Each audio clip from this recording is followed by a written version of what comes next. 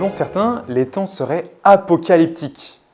En témoignerait notamment la destruction de l'amour humain, les injustices économiques, la culture de mort, la précession des équinoxes, les apparitions de Fatima, l'islamisme et que sais-je encore. Pourtant, tous les grands saints, depuis Grégoire le Grand jusqu'à saint Pie X, ont tous cru discerner dans leur temps les signes de la venue imminente du Sauveur. Ainsi, nous pouvons nous poser la question, est-ce que la fin des temps est imminente ? Tout d'abord, nous chercherons à savoir qu'est-ce que la fin des temps, avant de voir quand est-ce qu'elle doit s'achever, pourquoi est-ce qu'elle tarde, quels sont les signes qui l'annoncent et comment les interpréter. Tout d'abord, qu'est-ce que la fin des temps ? La fin des temps, c'est le but final de la création. Le but final, c'est le retour de l'homme dans l'alliance avec Dieu. Cela a été réalisé par la mort et la résurrection de Jésus.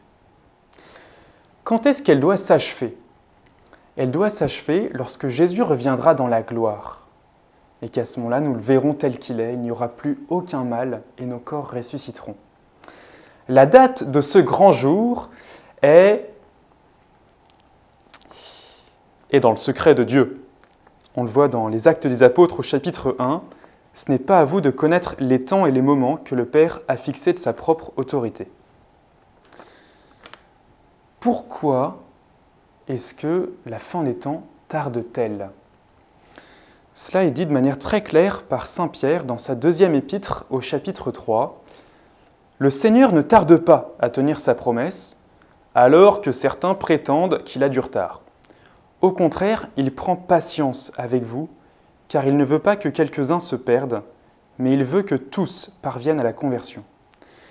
Si Jésus ne revient pas dès ici-bas maintenant, s'il laisse croître le bon grain et l'ivraie, c'est pour que la moisson soit plus abondante.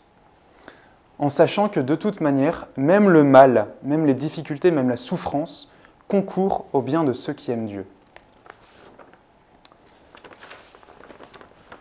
Existe-t-il tout de même des signes de la venue de ce grand jour où Jésus reviendra ?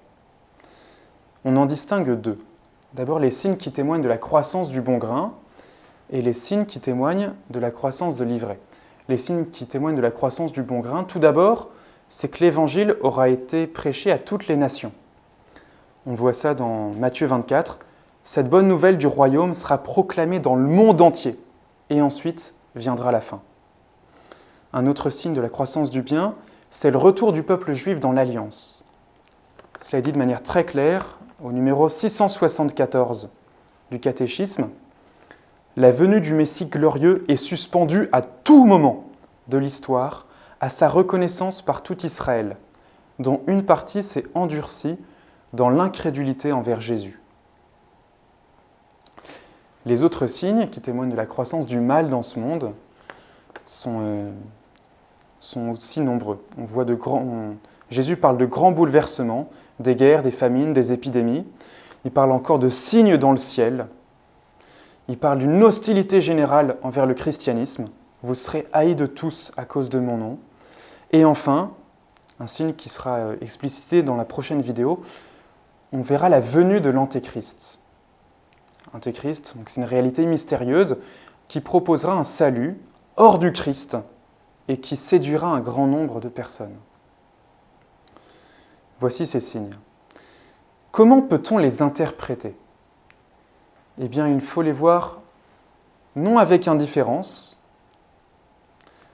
non plus avec une inquiétude superstitieuse qui nous ferait nous intéresser à toutes les petites révélations privées qui se déploient autour de ces signes.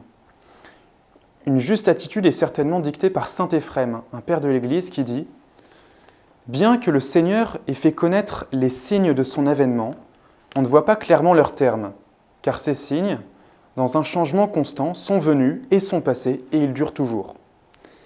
Il a mis ces signes en relief pour que dès le premier jour, tous les peuples et les siècles pensent que l'avènement serait de leur temps.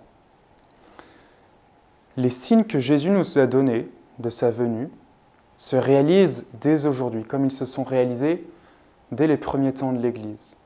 Ils nous sont donnés à nous pour faire grandir en nous le désir de voir Jésus revenir. Donc nous pouvons terminer cette vidéo en demandant au Seigneur un grand désir de voir que son règne arrive. Amen.